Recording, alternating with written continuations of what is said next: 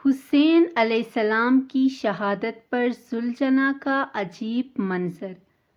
امام حسین علیہ السلام کا گھوڑا ذوالجناح نبی کریم صلی اللہ علیہ وآلہ وسلم کے خاص اور بہترین گھوڑوں میں سے تھا۔ سرور کائنات حضرت محمد مصطفیٰ صلی اللہ علیہ وآلہ وسلم کے استبل میں 26 گھوڑے ایسے تھے جو اعلیٰ صفات رکھتے تھے۔ انہیں نبی پاک صلی اللہ علیہ وآلہ وسلم نے مختلف نام اور القابات عطا فرمائے تھے۔ ان 26 گھوڑوں میں سے کربلا کے میدان میں 4 گھوڑے جن کے نام مرتجز، ذوالجناح، عقاب اور میمون تھے، اہل بیت اطہار کے پاس تھے۔ کئی مورخین کے مطابق مرتجز ہی ذوالجناح تھا جس کو نبی کریم صلی اللہ علیہ وآلہ وسلم نے پالا تھا۔ اس کی غیر معمولی جسامت اور مختلف خاصیتوں کی وجہ سے نبی کریم نے اسے ذوالجناح کا لقب فرمایا تھا، یعنی پروں والا۔ ذوالجناح کی پیشانی پر ایک چمکدار ابھار تھا۔ اس طرح کے گھوڑے حضرت سلیمان علیہ السلام کے پاس ہوا کرتے تھے جن کے ماتھے چمکدار اور ابھرے ہوئے تھے، اور ان پر بھی تھے جن کی وجہ سے یہ پرواز کرنے کی صلاحیت رکھتے تھے۔ ذوالجناح کی نسب امام حسین علیہ السلام سے جڑی تھی اور یہ امام حسین علیہ السلام کا خاص گھوڑا تھا۔ امام حسین علیہ السلام بچپن ہی سے ذوالجناح پر سواری فرمایا کرتے تھے اور اس سے خصوصی محبت رکھتے تھے۔ ذوالجناح بھی امام حسین علیہ السلام سے خاص عقیدت اور محبت رکھتا تھا اور امام حسین علیہ السلام کی ہر بات کو سمجھتا تھا۔ دوستو، جب کربلا کے میدان میں آقا دو جہان حضرت محمد مصطفیٰ صلی اللہ علیہ وآلہ وسلم کے پیارے نواسے کو شہید کیا گیا تو ہر طرف قیامت چھا گئی۔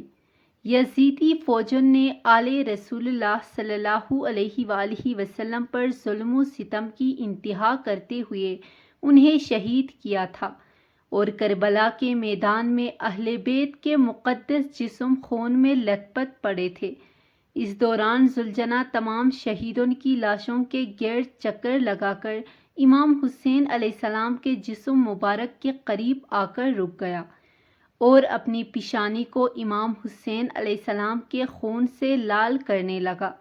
امام حسین علیہ السلام کی جسد اقدس کو خون میں لت پت دیکھ کر ذوالجناح کی آنکھوں سے آنسو نکل آئے، اور پھر ذوالجناح نے اس قدر زور سے زمین پر پاؤں پٹخا کہ تمام بیابان گونج اٹھے۔ یزیدی فوجیں یہ منظر دیکھ کر حیران و پریشان ہو گئی۔ اس دوران عمر سات ملعون کی نظر ذوالجناح پر پڑی تو یہ اپنے ساتھیوں سے کہنے لگا کہ اس گھوڑے کو پکڑ کر میرے پاس لے آؤ۔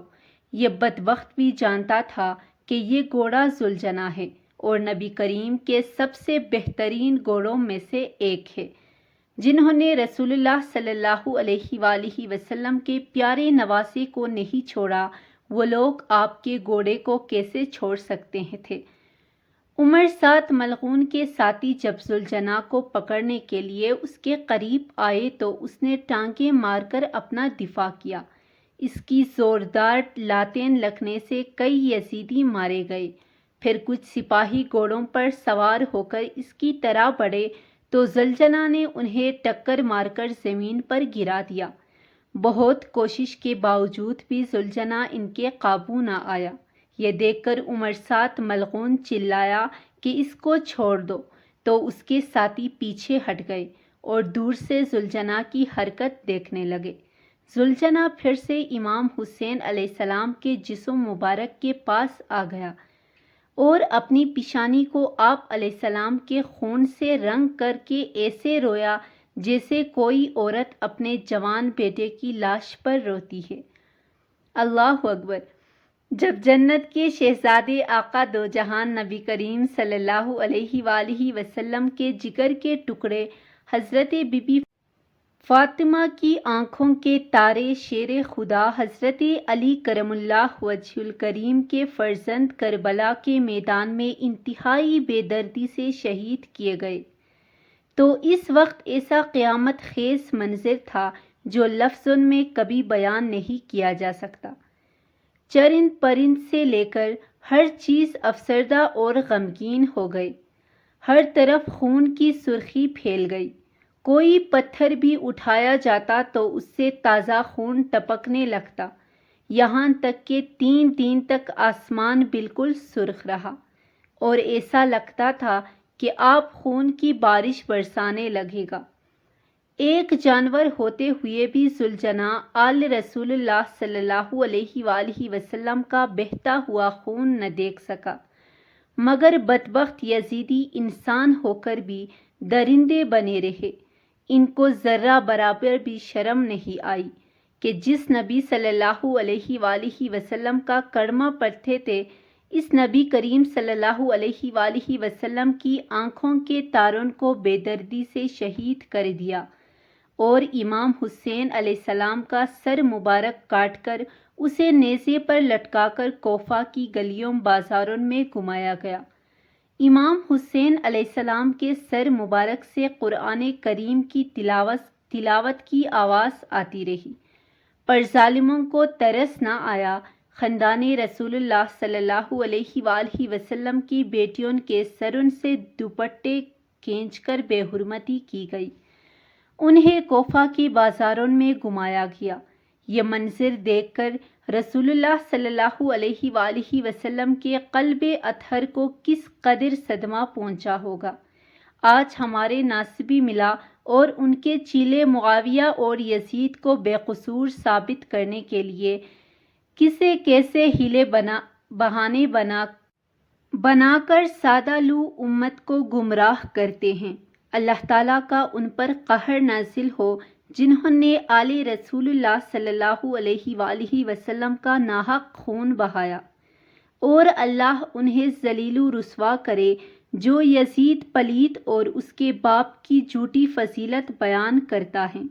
ان کی شکلوں سے بعض اہل بیت صاف دکھائی دیتا ہے کہ یہ سب یزید کے ساتھ جہنم میں داخل کیے جائیں گے انشاءاللہ۔